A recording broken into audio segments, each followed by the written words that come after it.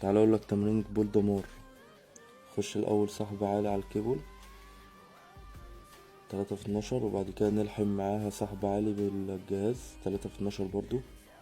بعد كده نخش على الترومبة او بالبار 3 في 12. بعد كده سحب معكوس فردي 3 مجاميع في 15 عدة لكل ايد. بعد كده هنخش على الجهاز زي ما احنا شايفين 3 في 12 او بالبار المعكوس. بعد كده نخش الرفرفة الخلفية على الكيبل او على الفراشة 3 في 12 عدة. بعد كده رفرفة جانبي 3 في 15 عدة.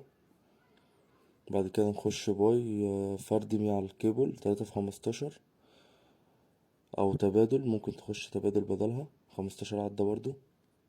بعد كده نخش مسطرة على الكيبل 5 عدات نص المدى الحركي، و5 عدات نص المدى الحركي من فوق، و5 عدات مدى حركي كامل.